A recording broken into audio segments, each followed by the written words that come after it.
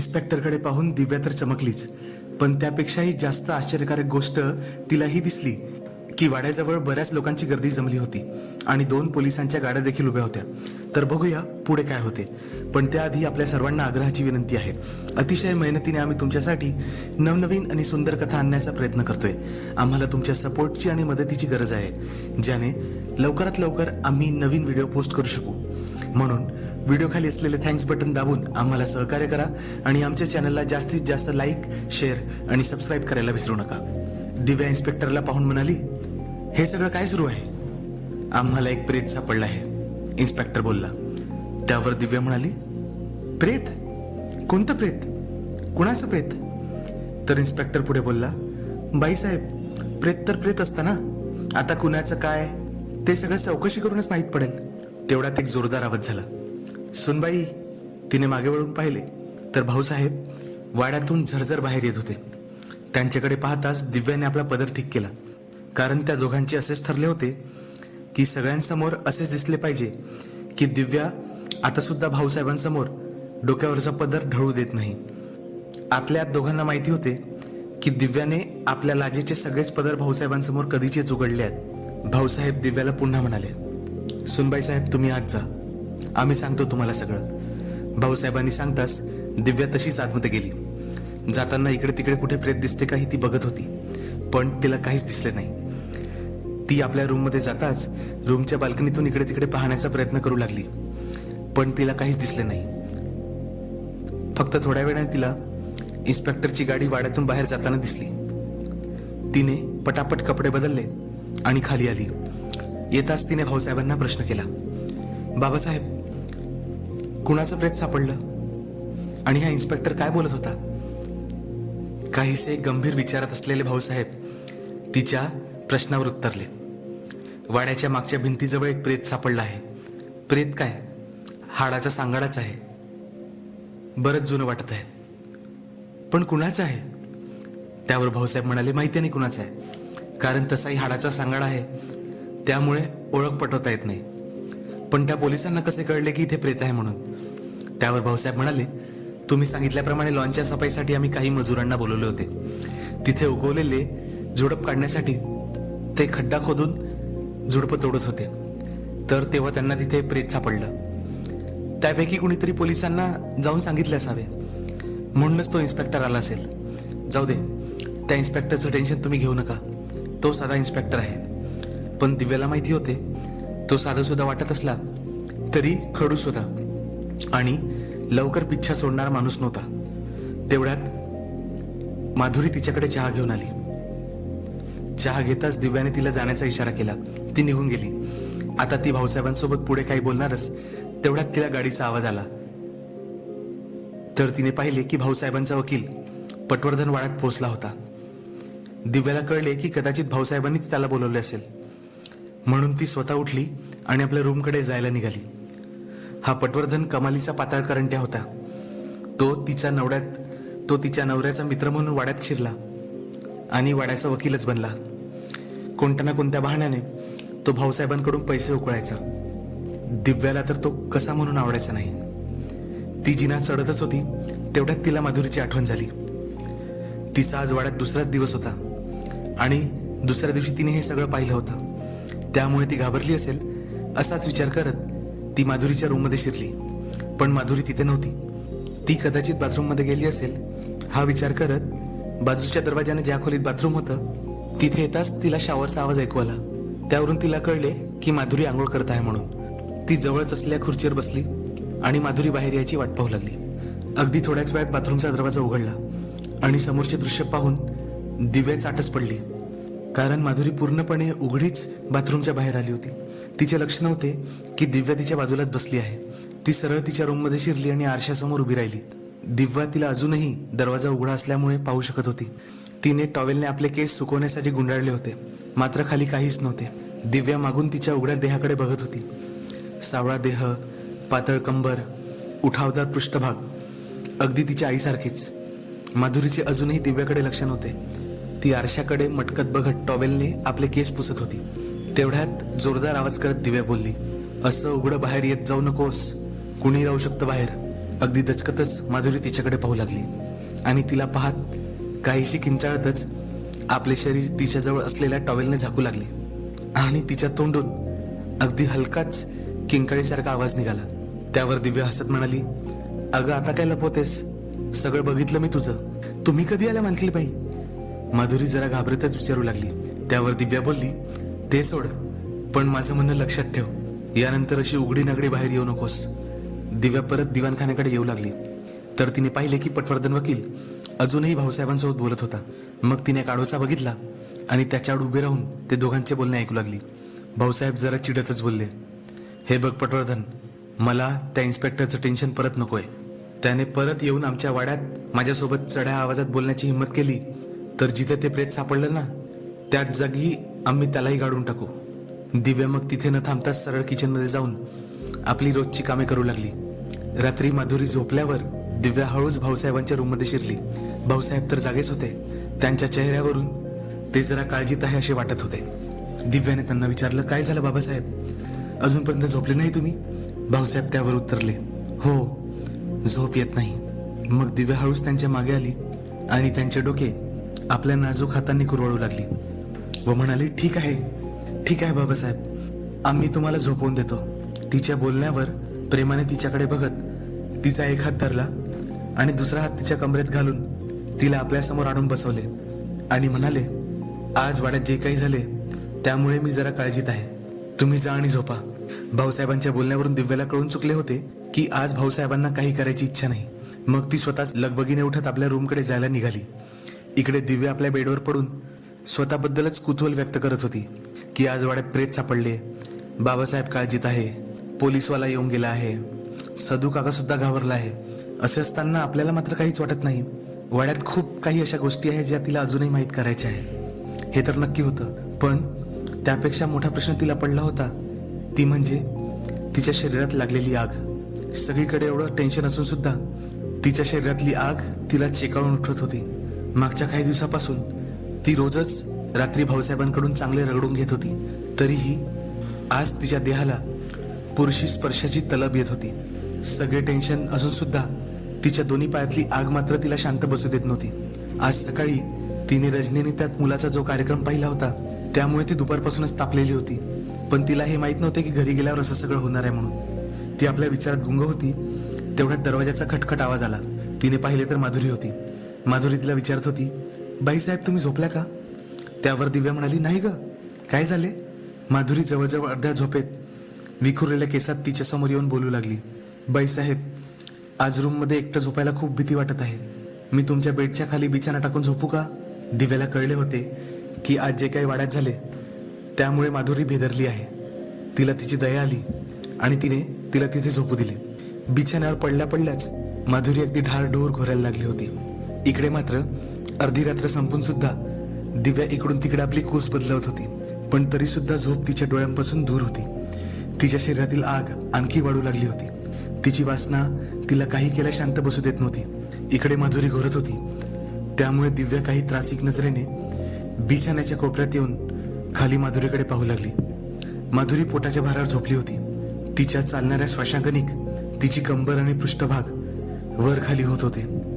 झोपेत तिचा घागरा तिच्या मांड्यांच्या वरपर्यंत सरकला होता. तिला अशा स्थितीमध्ये बघून दिव्याच्या शरीरात आणखी घालमेल वाढू लागली. तिचे श्वास तीव्र होऊ लागले. माधुरी गरीब होती, पण शारीरिक मादकतेची श्रीमंती तिला लाभली होती. अगदी तिच्या आईसारखी. अगदी नक्षीदार शरीर, जिथे जेवढे मांस हवे आहे अगदी तेवढेच. तिने अंडरगार्मेंट्स घातले नव्हते हे दिव्याच्या लक्षात आले होते. तिचा हात आपसुकच पुढे वाढला आणि ती तिचा घागरा आणखी वर ओढू लागली. तिला भीती वाटत नव्हती की जर माधुरी उठली तर ती तिच्याबद्दल काय विचार करेल. तिचा फसलेला घागरा ओढताना तिला एक छोटा झटका द्यावा लागला. त्यामुळे असे झाले की माधुरीने झोपेतच हालचाल केली, पण दिव्या तो घागरा पूर्णपणे वर ओढण्यास यशस्वी झाली. आता दिव्या सर्व काही अगदी स्पष्टपणे पाहू शकत होती. तिची नजर तिथून हटतच नव्हती. आता तिचा हात आपसुकच त्यावर फिरू लागला होता आणि काही करायच्या आत तिचा दुसरा हात स्वतःवर सुद्धा फिरू लागला होता आणि ती स्वतःलाच आनंद देऊ लागली. पण असे करताना तिला वाटले की आपण हे काय करतोय. एका स्त्रीकडे पाहून सुद्धा आपल्याला असेच होत आहे. आपल्यातील उत्तेजना आपल्या कंट्रोलच्या बाहेर जात आहे. पण नंतर तिला असे वाटले की कदाचित इतक्या वर्षापासून रोखून ठेवलेल्या सगळ्या भावना अगदी ओथंबून बाहेर निघाल्यामुळे आता स्त्री पुरुष हा भेदभाव न राहता फक्त शरीराची ऊब आणि त्यामुळे होणारी उत्कंठा हाच विचार करत तिचे दोन्ही हात दोन्ही जागेवर फिरत राहिले. सकाळी उठल्यावर मात्र तिला खूप थकल्यासारखे वाटत होते. तिचे अंग अगदी दुखून आले होते. भाऊसाहेब घराबाहेर जात आहेत हे तिने पाहिले होते. माधुरीला चहा आणायला सांगून ती दिवाणखान्यात बसली. तेवढ्यात तिच्या एकुलत्या एक भावाचा सुभाषचा फोन तिला आला. तो तिची हालहवाल विचारू लागला. त्याला तिची काळजी होती, कारण तिने एवढ्यात एकही फोन कुणालाच केले नव्हते. तो म्हणाला, ताई मी तुला भेटायला येऊ का? त्यावर दिव्या म्हणाली, मीच येईल कधीतरी. असे म्हणत तिने जवळजवळ बोलणे आटपत घेत फोन ठेवला. आज तिला अतिशय कंटाळवाणे वाटत असल्यामुळे ती परत आपल्या रूममध्ये झोपायला गेली. तिचे अंग अगदी तुटून येत होते. तेवढ्यात माधुरी आली आणि म्हणाली, बाईसाहेब माझी आई आली आहे. दिव्या म्हणाली, हो, तिला मी बोलवले होते. तू तिला इकडे रूममध्ये घेऊन ये. थोड्याच वेळात माधुरी रजनीला घेऊन आली.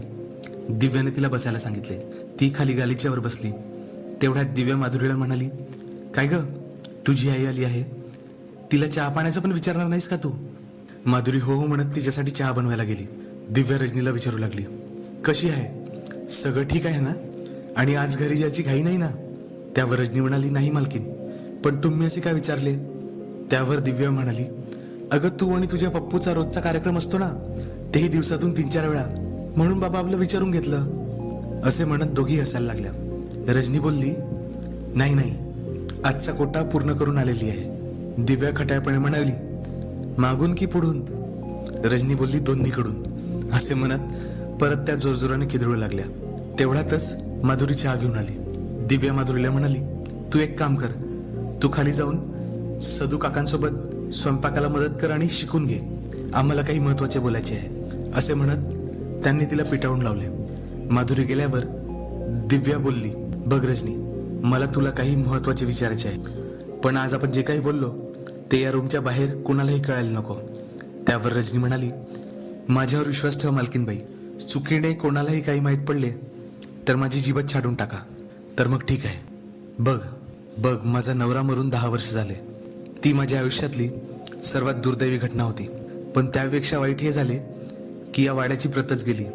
सगळं काही बर्बाद झालं. तुझा नवरा आणि तू माझ्या नवऱ्यासोबत शेतीचे काम पाहत होते, ते बऱ्याच वर्षापासून. तर मला तुमच्याकडून एकूण एक गोष्टी माहिती करायची आहे, ज्या कदाचित तुला लक्षात आल्या असतील. त्या महत्वाच्या आहे, पण तरी त्याकडे तुम्ही दुर्लक्ष केले आहे, कारण माझ्या नवऱ्याच्या मृत्यूचे गुढ या वाड्यातच कुठेतरी दडले आहे. रजनी दिव्याकडे अचंबितपणे पाहत म्हणाली, तुम्ही नक्की काय करायच्या विचारात आहे मालकीनबाई? त्यावर दिव्या म्हणाली, मला या वाड्याचे दिवस परत आणायचे आहे. रजनी म्हणाली, ठीक आहे मालकीनबाई, मी मदत करेल तुमची. ती पुढे बोलू लागली, तो भाऊसाहेबांचा पाळलेला साप नाही का, त्यांचा पुतण्या, ज्याने तुमचा नवरा मरताच सगळी प्रॉपर्टी आपल्या नावावर करून घेतली, त्याबद्दल तर तुम्हाला माहिती आहे ना? त्यावर दिव्या म्हणाली, ते सगळं मला माहिती आहे. पण रजनी पुढे बोलू लागली, पण तुम्हाला हे माहिती आहे का मालकीनबाई, त्यांनी हे सगळं का केलं म्हणून? दिव्या प्रश्नार्थक मुद्रेने विचारू लागली, का? कारण गावातले प्रत्येक जण असे म्हणत होते की तुमच्या सासऱ्यांनी म्हणजे भाऊसाहेबांनीच त्याच्या आईवडिलांचा खून केला ही सगळी प्रॉपर्टी मिळवण्यासाठी. त्याचाच बदला म्हणून त्याने हे सगळं हडपून परत आपल्या जवळ मिळवलं. हे सगळं ऐकून दिव्यावर जणू बॉम्बच पडला होता. ती काहीशी चिडतच रजनीला बोलली, काही काय बोलतेस ग, हे सगळं खोटं आहे, आमचे बाबासाहेब असं काहीच करू शकत नाही. त्यावर रजनी म्हणाली, मलाही तसंच वाटतंय मालकीनबाई, पण काय करू, सगळी लोक अशीच बोलतात, कारण त्यांची मृत्यू कार ऍक्सिडेंटने झाली होती आणि त्या दिवशी ज्या कारने त्यांचा ऍक्सिडेंट झाला होता ती कार तुमच्या सासऱ्याची होती. म्हणून सगळ्यांना असं वाटतं की तुमच्या सासऱ्यांनीच त्या कारमध्ये काही खराबी केली, कारण त्यांच्या मृत्यूनंतर सगळं काही भाऊसाहेबांकडे आलं होतं. दिव्या म्हणाली, कुणी काही बोलू दे, पण माझा बाबासाहेबांवर पूर्ण विश्वास आहे, ते कधी असे करणार नाहीत. चल ठीक आहे, या सगळ्या व्यतिरिक्त आणखी काही गोष्ट जी तुला खटकली आणि वेगळीच वाटली पण ती अजूनपर्यंत कुणाला सांगितली नाहीस? रजनी म्हणाली, एक आहे, पण ती खरी आहे का खोटी हे माहिती नाही. दिव्या म्हणाली, सांग मला पटकन. जेव्हा माझा नवरा जिवंत होता आणि आम्ही रात्री दोघेही करायचो तेव्हा त्याला एक सवय होती. आमचा कार्यक्रम सुरू असताना तो माझ्याशी बोलत राहायचा. काय बोलायचा तो? दिव्याने आश्चर्याने विचारले. काही बोलायचा, जास्तीत जास्त घाणेरड्या आणि अश्लील गोष्टी. माझ्या शरीरावर हात ठेवून मला म्हणायचा, बघ तुला इथे कसा ठोकतोय बघ, आज काही तुझी खैर नाही, आज मी तुझी पूर्ण वाट लावून ठेवीन, असं बोलून तो माझ्या ते उत्साह भरायचा आणि स्वतःही उत्तेजित व्हायचा. मी पण त्याला साथ देत मग बोलायचे, हो जे करायचं ते करा, वाटते ते करा, होऊनच जाऊ द्या, ठोका, ठोकून काढा हवं तेवढं, तुमचीच आहे मी. बऱ्याचदा आम्ही स्वतःला झोपडीत नाही तर वेगवेगळ्या जागी आहोत अशी कल्पना करून कार्यक्रम सुरू ठेवायचो. म्हणजेच नदी किनारी, शेतावर, पहाडावर. तुम्हाला कळते ना मी काय बोलतोय? तिच्या बोलण्यावर दिव्या म्हणाली, हो थोडं थोडं समजत आहे मला. आणि असंच एक दिवस आमचं सुरू असताना त्याच्या तोंडून एक शब्द निघाला, राणी आज दुपारपासून तापलोय मी. आज मी शेतात एका जवान सुंदर टंच मुलीचा कार्यक्रम बघितलाय याच डोळ्यांनी. तेव्हापासून माझा धीरच धरत नाही. मग तो अचानक शांत झाला. पण आमचं सगळं संपल्यावर मी त्याला विचारले, कोण होती ती मुलगी? आणि त्याने तिचं नाव सांगितलं. एवढे बोलून रजनी एकदम शांत बसली आणि पुढे काहीच बोलली नाही. दिव्या तिला विचारू लागली पण तिच्या तोंडून शब्द फुटत नव्हते. शेवटी दिव्या जिद्द करून तिला बोलली, अगं सांग ना एकदाची, कोण होती ती मुलगी? असं काय करतेस? त्यावर लांब श्वास घेत रजनी म्हणाली, तुमची धाकटी ननंद स्वरा, भाऊसाहेबांची एकुलती एक मुलगी. दिव्या एकदम चिडत डोळे विस्पारून तिला मोठ्या आवाजाने बोलली, तुला कळतही आहे का तू काय बोलते? तुझी हिंमत कशी झाली स्वराचं नाव घ्यायची? आणि भाऊसाहेबांना कळलं तर तुला जिवंत जाऊन टाकतील. हो हो मालकीनबाई, मला माहिती आहे, पण काय करू, जे माझ्या नवऱ्याने सांगितले तेच मी तुम्हाला सांगते. आता तिच्या तोंडून एकही शब्द निघत नव्हता.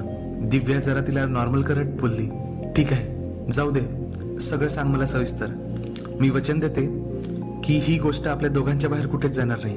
तिच्या या बोलण्यानंतर रजनी मात्र थोडी हिंमत करून पुढे बोलू लागली, तर झालं असं, ती समोर विहीर दिसते ना, तिथे पूर्वी पाण्याचा मोठा पंप होता आणि त्याची मशीन, त्याला लागणारे इंधन, हे सगळं ठेवण्यासाठी एक छोटी खोली होती. माझा नवरा हा पंप हाऊस सांभाळायचा. एक दिवस त्याला शेताच्या एका कोपऱ्यात तुमच्या नंदेची म्हणजे स्वराची गाडी दिसली. अगदी कोपऱ्यात लपून ठेवल्यासारखी गाडी ठेवली होती. तो विचारात पडला, स्वराताई इकडे काय करताय? म्हणून त्यांना शोधत शोधत पंप हाऊस जवळ आला. काही हालचाल जाणवल्यामुळे तो पंप हाऊसच्या खिडकीतून लपून आत बघू लागला. त्याने मला सांगितले होते की स्वरा पूर्णपणे उघडी असून खाली वाकली होती. तिचे पूर्ण पाठमोरे शरीर तो पाहू शकत होता, सुंदर आणि गोरेपान असे. आणि तिच्या मागे असलेल्या माणसाचे, स्वराचे सुस्कारे आणि त्यांची हालचाल बघून कोणीही सांगू शकत होते की ते दोघे काय करताय म्हणून. स्वरांचा पूर्ण चेहरा तिच्या केसांनी झाकून गेला होता. त्या माणसाचे हात तिच्या संपूर्ण शरीरावर वळवळत होते. स्वरा पूर्ण मस्तीत आली होती. दिव्या आश्चर्याने तोंडाचा आकारत ऐकत होती. ती पुढे बोलली, कोण होता तो माणूस? ते माझा नवरा काही पाहू शकला नाही, पण तिचे शरीर अक्षरशः उसळ्या मारत होते. पण थोड्याच वेळात स्वराने तिची मान फिरवून मागे पाहिले तर तिचे लक्ष खिडकीकडे गेले. तिला कळून चुकले होते की माझ्या नवऱ्याने सगळं पाहिलं आहे. माझ्या नवऱ्याची आणि स्वराची नजर एकमेकांना भेटताच माझा नवरा तिथून अवसान गाळून पळून निघाला. बिचाऱ्याला 2-3 दिवस हीच भीती होती की बाईसाहेबांनी ते सगळं बघताना त्याला पाहिलेलं आहे. बाईसाहेब कुणाला तरी सांगून त्याला जिवंत ठेवणार नाही, त्या चिंतेत होता तो. पण पुढे काही झालं नाही, ना कुठली चर्चा ना काही. मग मात्र दररोज हेच बडबडायचा माझ्यासोबत. त्याला कदाचित ती गोरीपान स्वरात दिसत असावी माझ्या जागेवर. कितीही केलं तरी पुरुष तो पुरुषच ना शेवटी. मग त्यानंतर कधी ती त्याला दिसली नाही का पंप हाऊस जवळ? नाही, कारण त्याच्या एका महिन्यातच तो मरण पावला. त्याच विहिरीत पंप सुधारत असताना खाली घसरून त्याचे डोके पंपावर आपटले. आता जखम लागून मेला की बुडून ते तर देवच जाणे. जर तुम्हाला वाईट वाटणार नाही तर एक सांगू का मालकीनबाई? दिव्या बोलली. हां बोल. तुमची ननंद स्वरा दिसायला कितीही साधी भोळी शांत वाटत असली तरी तिच्याबद्दल गावात खूप चर्चा होत्या की तिचे चालचलन ठीक नाही. वाड्यातले नोकर सुद्धा बोलायचे हे. हो, मी कधीतरी ऐकलं होतं हे, दिव्या म्हणाली. पण आज तू जे काही सांगितलं ते ऐकून नवलच वाटत आहे. रजनी पुढे बोलू लागली. नौकरहून आठवले, आता तुमच्या वाड्यात तर कुणीच नौकर नाही, मग इथलं सगळं काम पाहतं कोण? त्यावर दिव्या बोलली, अरे आहे ना आमचे सदू काका. त्यावर रजनी बोलली, हो तो आहेच का, एकमेव इमानदार वाचलेला नौकर.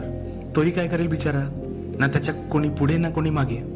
एक बायको होती, ती सुद्धा पळून गेली. दिव्यासाठी हा सुद्धा शॉक होता. ती म्हणाली, मला तर वाटले होते त्याची बायको मरण पावली म्हणून. नाही नाही मालकीनबाई, त्याची बायको तर एका तरुण मुलासोबत पळून गेली. जेव्हा तो तिला लग्न करून घेऊन आला होता तेव्हा तो 40 वर्षाचा होता आणि त्याच्यापेक्षा त्याची बायको अर्ध्या वयाची म्हणजे 20 वर्षाची. 10 वर्ष ती राहिली त्याच्यासोबत, मग पळून गेली. दिव्या म्हणाली, समजू शकते मी, तो 40 वर्षाचा त्या 20 वर्षाच्या स्त्रीच्या शरीराची आग कसा काय शांत करू शकत असावा. म्हणून एकदाची कंटाळली असेल आणि मजा मारायला पळून गेली असेल आपल्या प्रियकरासोबत. त्यानंतर अशाच बऱ्याच गोष्टीवर त्या बोलत राहिल्या. थोड्या वेळानंतर रजनी म्हणाली, मालकीनबाई साहेब, आता घरी निघते मी. दिव्या तिच्याकडे मिश्किलपणे हसत म्हणाली, का? दोन्ही पायांच्या मध्ये जाळ उठलाय का? दोघ्याही खडखडून हसल्या. मानावं लागेल रजनी तुला, या वयातही काय शरीर कमवले आहेस तू. आताही तुला तुझ्या मुलीच्या बाजूला उभे केले तर कोणी सांगू शकणार नाही मुलगी कोण आणि आई कोण. एवढा टंच माल आहेस तू अजूनही. तिच्या बोलण्याने रजनी लाजली आणि हसतच म्हणाली, काय बाईसाहेब, तुम्ही पण ना अगदी काही काही ते बोलता.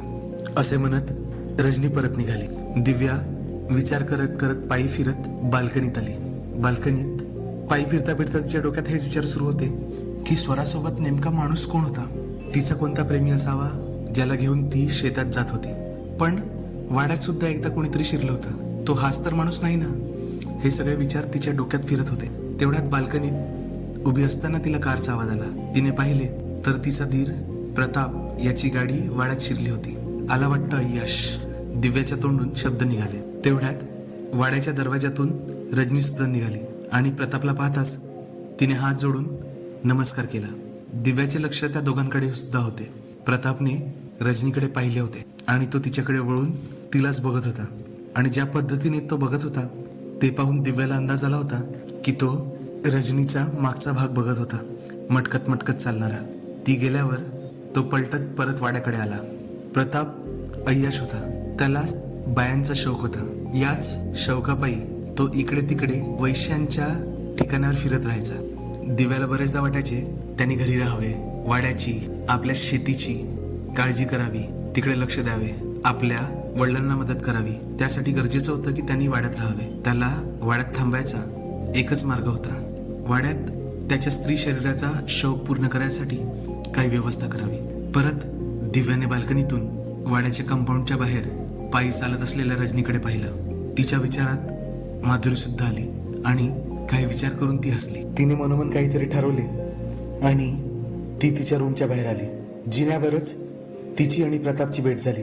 प्रतापने हसतच तिला विचारले, कशा आहात वहिनी साहेब, असे म्हणत तो तिच्या पाया पडला. प्रताप कितीही अय्याश स्त्रीवेडा असला, स्त्रीच्या शरीरासाठी कितीही पिसाट असला तरी दिव्याबद्दल त्याच्या मनात आदर होता. दिव्या काहीशी चिडतच त्याला म्हणाली, आले साहेब तुम्ही, कधीतरी वाड्यात राहत जा, कधीतरी आमच्या कामात येत जा ना. तिच्या बोलण्यावर प्रताप शांतपणे तिच्याकडे पाहत होता. ठीक आहे वहिनी, तुम्ही जसे म्हणता तसंच होईल.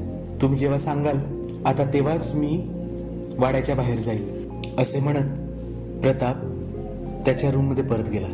तर बघूया पुढे काय झाले. तर मित्रांनो, आशा करतो की तुम्हाला या कथेचा भाग आवडला असेल. लवकरच या कथेचा 15वा भाग आम्ही तुमच्यासाठी घेऊन येतोय. तोपर्यंत मोहक मराठी कथेला लाईक, शेअर आणि सबस्क्राईब करा हीच विनंती. धन्यवाद.